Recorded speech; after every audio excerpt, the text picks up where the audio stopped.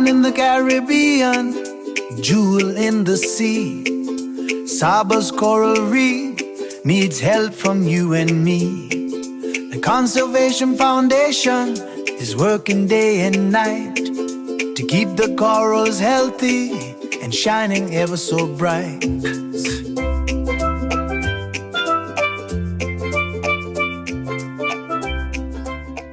What if a tiny 5-square-mile island like Saba could teach the world how to protect paradise? We are here at the Saba Conservation Foundation with the National Park Officer, and I am going to let him introduce himself and tell us how they help to protect the environment in Saba. Hi, my name is Tom Brokke. I'm a National Park Officer for the Saba Conservation Foundation. I've been working with the foundation for 6 years. Most of my work was involved with the Saba Bank management unit, but now I've kind of shifted towards also terrestrial work, so I organize bird counts as well. We did shark tagging, I do a little bit of marine park work, a little bit of everything basically.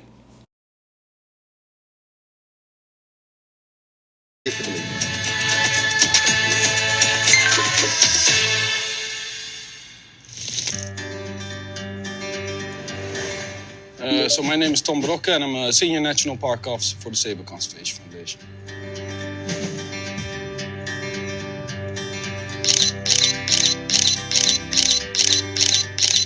So as a Senior National Park Officer, I'm involved with a little bit of every department from the SCF. So I do a little bit of terrestrial work, I do a little bit of Saba Bank work, and I do a little bit of marine park work.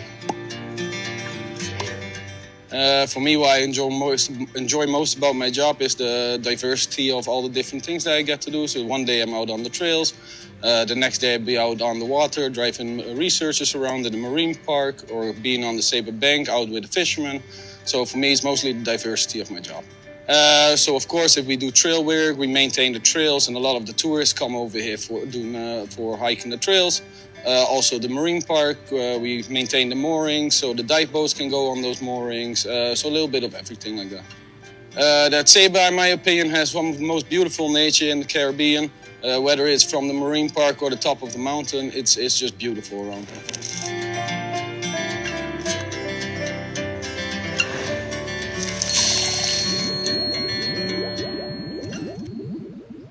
Can you expand a little bit onto the Saba Bank and tell us why the Saba Bank is so important? Absolutely. The Saba Bank is a really important national park, not only for the regional Caribbean, but it's also for the Kingdom of the Netherlands. It's the biggest national park within the Kingdom of the Netherlands. It's a breeding area. We suspect it's a breeding area for tiger sharks and marine mammals as well, and it's the main fishing ground, of course, of Saba, which is culturally very important, of course. Yes, I totally agree. Can you tell us how big the Saba Bank is? So the Saba Bank is 2,400 square kilometers, give or take, which it's I think the biggest submerged atoll within the Atlantic Ocean and the third biggest in the world. Wow, that is very impressive. Can you tell us what is the biggest environmental challenge facing Saba? So biggest environmental challenge facing Saba, and I think in general all Caribbean islands, is climate change. Of course, the warming up of the oceans. Of course, is not good for the coral reefs that we have over here, and that's all interconnected. So if the coral reef degrade over here, then the fish populations go down. It's not going to be good for shark populations. On the terrestrial side of it, it's also that. We have more either severe droughts or more heavy rainfall that adds to erosion. So it's basically one big interconnected system. And that as soon as the earth warms up or climate change does its thing, then it's just negative for all of nature. It has a trickle effect. Yeah, exactly. Now, before you were able to meet with us this morning, you were on to bird trails. Could you elaborate a little bit about the bird trails and what you do? Yeah, for sure. So for the Saba Conservation Foundation, we do bird monitoring twice a year. It's a seasonal project that we have going on, so it's 2 months in spring and 2 months in autumn. And it's basically population research. So we check in, okay, which birds are doing good, which are bad. And we're doing that because birds are kind of a key species. To give you an easy example, if you know the bridal quail dove, it's a ground-dwelling dove that we have here on Saba. Say, for example, we see a decrease in the bridal quail dove, then we could kind of say maybe, okay, we have an increase in predators like feral cats or rats who go for the eggs. Ah, interesting. I hear a lot of doves. I hear the cooing like everywhere onto the island. It's beautiful over the years because I don't remember that, like many years ago. So I think the population has definitely increased. Yeah, that could definitely be that it has increased. So as you know, probably there's also a goat project where they killed goats. It's a little bit of a sensitive topic, but it could have some positive things for birds, like native vegetation growing back, and there's just more habitat for birds in that sense. So it could have to do with something with that. And it's interesting that you say that because we were talking about the whole goat situation, because I also remember not seeing the greenery coming down to the ocean the way I see it now. So how has this goat project, which is a very touchy project, how has this helped the island in a positive way? Goats, not going into the whole cultural aspect of it, but goats in general, they have a negative effect on the island because they cause a lot of erosion and they eat the native vegetation and they will not eat, for example, invasive vegetation like corallita. That makes it a big problem actually. And now the goats have gone, there's more space for native vegetation to grow back. And that helps actually stopping erosion because all the native vegetation, but vegetation in general, they have these root systems, and those root systems, they hold the soil where it needs to be. And as soon as you remove the native vegetation and you have a big rainfall, what we see right now with the changing weather patterns, that we have more severe rain, then you see that erosion goes quicker. And also the sedimentation that comes from that is also in turn bad for the coral reefs again. So again, it has a trickle effect. It again has a trickle effect. And from the ocean, the island looks beautiful now because the green goes right down to the ocean. Could you tell us how can visitors help protect the island while they're visiting? So one of the main things that they can do is just stick to the rules. When you go on trails, don't take any native vegetation. Don't throw your trash on the ground. But also for marine park, don't go shoot fish with spear guns, don't touch marine life, and all just the basic rules. That's one way that can help out already. The next way they could help out is, for example, by volunteering with certain projects. Once in a while we clean up trails as well here. We can always use a couple of extra hands to help out with certain things. That's a great way. And how can one find this information when they're visiting Saba? You have a website that has the rules and where a visitor can access that? So we have our website, which is sabapark.org, where you can check out the different regulations. Also, there's anchoring information to find there. There's information about the trails. They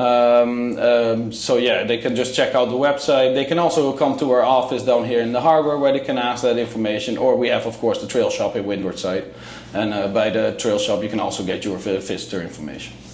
Perfect. So the trail shop makes it easier if you can't get to the Fort Bay, that they can get all that information there. And we will put the website in the video so that visitors can access your website and abide by the rules. That's the most important. Following up on last week's video where we heard from the Commissioner of Tourism about a project of moving the reefs before the new harbor went into place, today we're sitting here with Francesco, who is going to tell us a little bit more, elaborate on that, how they moved the reefs and the corals and where they went to. I've been working now for the Saba Conservation Foundation for 1 year. I'm a marine park officer with the Conservation Foundation. And as a conservation foundation, we felt it was necessary to move as much corals as possible. Also because most of the corals within that area were protected corals and extremely endangered corals by the IUCN threatened corals list. And so as a conservation foundation, we felt like it was necessary to move at least 90%, 85-90% of the corals from that side to another safer side of the island. And so we moved 1,300 corals from Black Rock Harbor side to Hornet Corner, so much safer areas for the coral to thrive. And how are the corals doing? But right now we have a 85%, 90% of coral survivor rate. And within the next few months, we're going to monitor them more often as well. And within the coral spawning season, we're going to see how that's going to turn out. Because now it's a very huge hotspot for corals right now. So there's more coral coverage over there right now. And so expect them to be, thriving as well during the coral spawning season. That's very impressive. But you have another project going on as well that you're working with, I want to say harvesting. Yeah, so besides the coral relocation project, Saba Conservation Foundation was and still is very busy with the coral restoration project, along with the research center, the Saba Research Center. So we do collaborate with them every day to restore Saban reef, because up to more or less 25 years ago, the coral coverage around Saba was up to 23%. Nowadays is only 2%. So there was a very big die-off in the past years. So we're now trying to recover the entire reef of Saba, and we specifically within SCF we have two coral nurseries. One is in Torrance Point, and the second one is in Hole in the Corner. And so we're gardening the corals, just like growing them within this structures underwater. And we harvest them, and whenever they're ready, we outplant them back onto the reef. And whenever they're healthy and ready to be outplanted. Having healthy coral and reefs plays a big part in Saba tourism, because Saba tourism depends heavily onto diving. So I think that this project is like one of the most important projects to the island. It was, I think, very much underrated in the past, but I think that people, especially with diving, the outcome that you want is for people to love the environment, to love the ocean, and to know what's underneath the surface. So of course we welcome people to join us during the cleanup dives for the coral nurseries. For us, the main thing is for people to understand how important the ocean is and how important the coral reef are. And I expect people, like whenever they come to Saba, they enjoy the diving, and they expect to see what's underneath the surface, so that they can really see how also coral restoration and coral gardening and reef restoration is important to keep this nature thriving. And so also for the tourism will be very important too.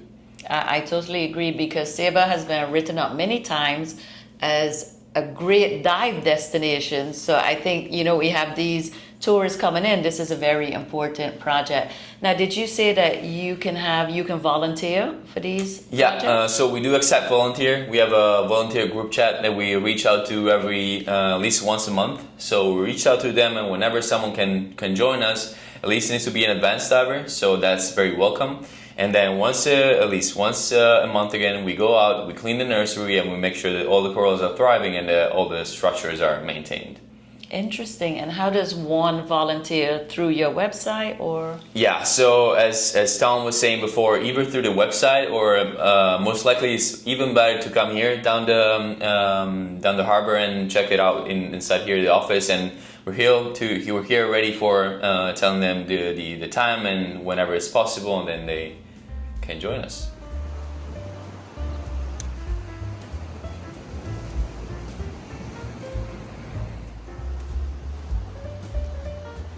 I'm Owen Hoekema. I work for Van Hal Larenstein, University of Applied Science, and Wageningen University. And we're here at the Saba Research Center in the Fort Bay on Saba. So if we look right outside here, we see the ocean and we see the reefs. And my job is all about restoring those reefs. So we're doing research here at the Saba Research Center to find new approaches to reef restoration.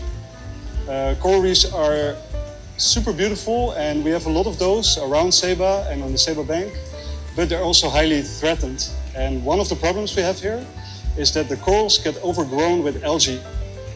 The algae compete with the corals, and they also prevent juvenile corals from settling.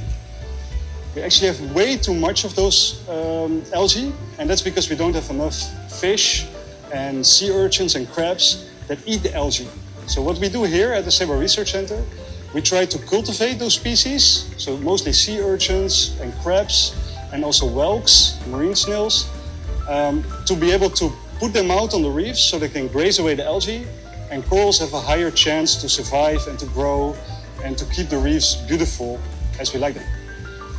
Working here on Saba gives the fantastic opportunity to have the marine lab in the back and the reefs right there. So what I like most about my jobs is to be able to combine the aquaculture lab aspect that we have here in the lab, where we culture the organisms and can do all kinds of experiments, and the ecological work that we do out there, where we study why the reefs are threatened and how our intervention methods actually can help restoring the corals.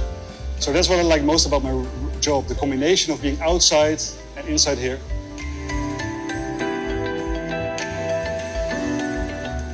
I believe my work is very important for the coral reefs around Saba and in the bigger Caribbean region because they are so threatened that they need restoration approaches. And a lot of our ecosystem services are dependent on healthy coral reefs. So ecosystem services are things how we as humans benefit from the ecosystem. So those can, for example, be fisheries, tourism, coastal protection. The reefs actually break the swell, the waves before they hit the shore. And all those functions are better represented by or better maintained by a healthy coral reef. So my work in that way also impacts tourism on Saba because of our work, we try to keep the reefs as healthy as we can, and we work together with local partners like the Saba Conservation Foundation, also Saba, the dive organization, and the public entity of Saba. So a fun fact about Saba is its unique biodiversity above the water and also underwater. For example, in our terrestrial ecosystems, we have an iguana species that only lives here on Saba, and we have small anoles that only live here. Underwater, the biodiversity is also really unique. You never know what you'll find. We have the smallest crabs that you find in a few places in the Caribbean, but you also have chances of seeing humpback whales or even hammerheads. It's all there, you just have to be very lucky.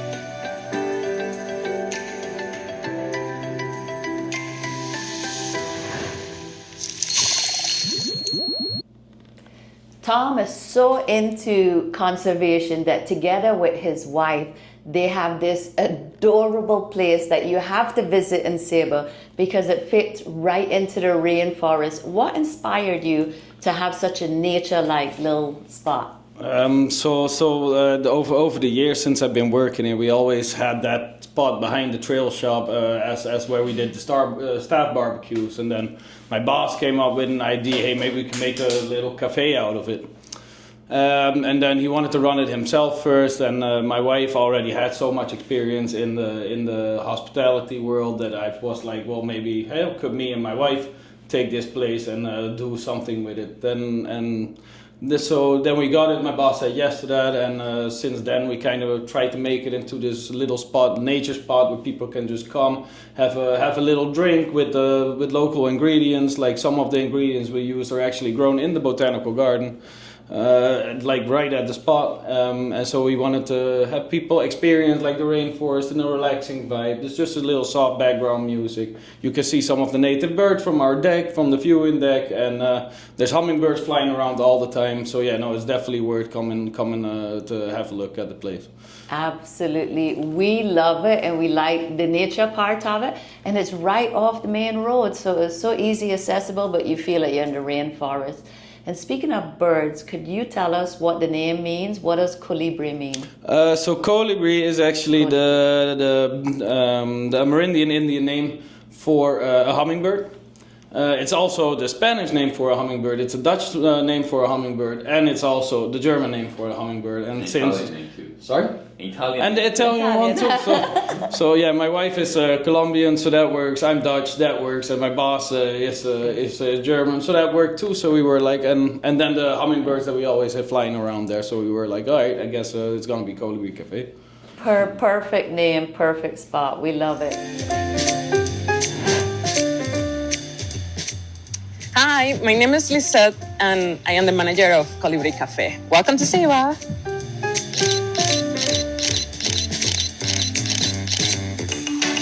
Okay, as a manager, I can do everything here. First of all, I be the principal bartender. So I make cocktails, I make smoothies, I make the guests comfortable, and give it a good smile every day. When they come in and serve us a good drink every time that they come in after hiking or they just come in to relax and enjoy the place. Thank you and good luck to you guys. Thank you very much. So I really appreciate you guys' time. Thank you. Of course. So much. Anytime. Tom and Francesco leading the way. They're saving the reef, and here's how they play. Generating corals with science and with care. A future for the ocean is a promise that they share. Oh, visit Saba, the unspoiled queen, the most beautiful island you've ever seen. This message is brought to you by your host, Cheryl and Charles.